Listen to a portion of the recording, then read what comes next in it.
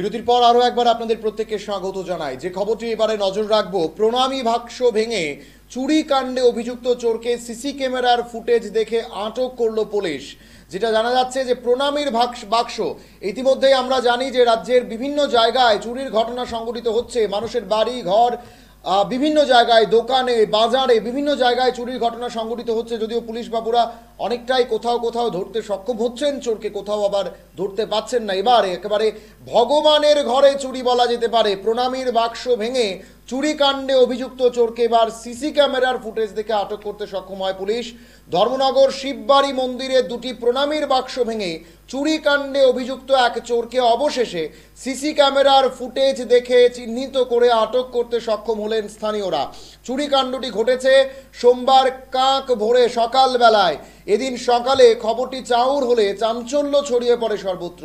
পরে তদন্তে নামে পুলিশ। শেষে মন্দির সংলগ্ন বিভিন্ন বাড়ির সিসিটিভির ফুটেজ দেখে এক চোরকে চিহ্নিত করেন স্থানীয়রা। তার নাম রাজ পাল। পরে রাজকে পাকড়াও করে ধর্মনগর থানার পুলিশের হাতে তুলে দেন এলাকাবাসীরা। জানা গেছে ধৃত রাজের বাড়ি উল্লেখিত শিব মন্দির সংলগ্ন এলাকাতে, অর্থাৎ এলাকাতেই থাকেন রাজ। সে বেশ কিছুদিন বেঙ্গালুরুতে কাজ করত। বর্তমানে ধর্মনগরে সরগম সাউন্ড সিস্টেমের কর্মচারী হিসেবে কাজ করছিল। তার পিতা এবং তার মায়ের নাম রমা রানী পাল। পুলিশ জেরায় রাজকে যখন আটক করা হয়েছে রাজকে, জানা যায় যে প্রণামীর বাক্স থেকে সে 500 টাকার মতো পেয়েছে।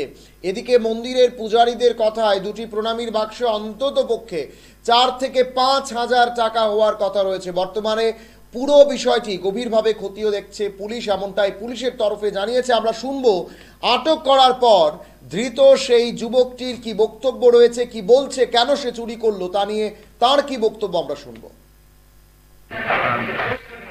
কি করেছো তুমি? কি করছো? সে বেদে কি শুরু করছো?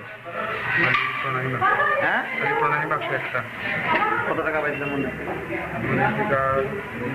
5-6 এরকম পাই। কেন শুরু করছো? বাবার নাম কি? সম্পর্কে কি করবো? তুমি পড়াশোনা করো নাকি? Matric pass. বেকার নেই? দোকান থেকে সামনে। কোন দোকানে? কিভাবে পুলিশ জানলো তুমি শুরু করছো? ক্যামেরা ধরা পড়ি। CCTV camera.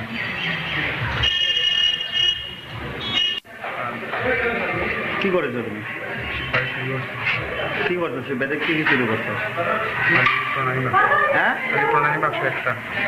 কত টাকা পাইছিলাম মন্দির থেকে? 5-6 এরকম পাই।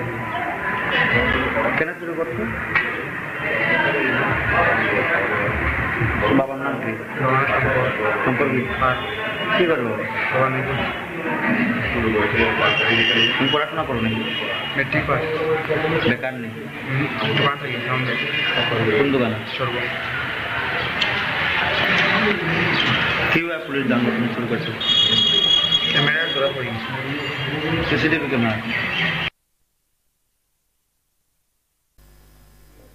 রাজ্যের বিভিন্ন জায়গায় চুরির ঘটনা ঘটছে। রাজ্যের বাজারে বা বিভিন্ন জনের বাড়িতে চুরির ঘটনা যখন ঘটছে, তখন ভগবানের ঘরও কিন্তু সেখান থেকে বাদ যাচ্ছে না। বিভিন্ন জায়গায় ভগবানের ঘরেও চুরি হচ্ছে। এবার একেবারে প্রণামীর বাক্স ভেঙে সেখান থেকে টাকা চুরি করে নিয়ে গেল সেই যুবক, এবং সেই ঘটনাটি ধর্মনগরের শিববাড়িতে ঘটেছে এমনটাই জানা যাচ্ছে। এবং পুলিশের যেটা বক্তব্য, তাকে আটক করা হয়েছে। এবং যদিও সে তার কত টাকা চুরি করেছে সে বলছেন 500 টাকা। যদিও পুলিশের থেকে যেটা জানা গেছে, পুরোহিতদের থেকে যেটা জানা গেছে, যে তারা বলছেন যে কমপক্ষে দুটো প্রণামী বাক্সের 4 থেকে 5,000 টাকার উপরে রয়েছে। সুতরাং বাকি টাকাগুলো কোথায় রয়েছে তার তদন্ত করছে পুলিশ। এখন দেখার যে এই যে চুরিকাণ্ডগুলো গোটা রাজ্যে সংঘটিত হচ্ছে, তারপর পুলিশের অতন্দ্র ভূমিকা কতটা বাড়ে সেটাই এখন দেখার বিষয়।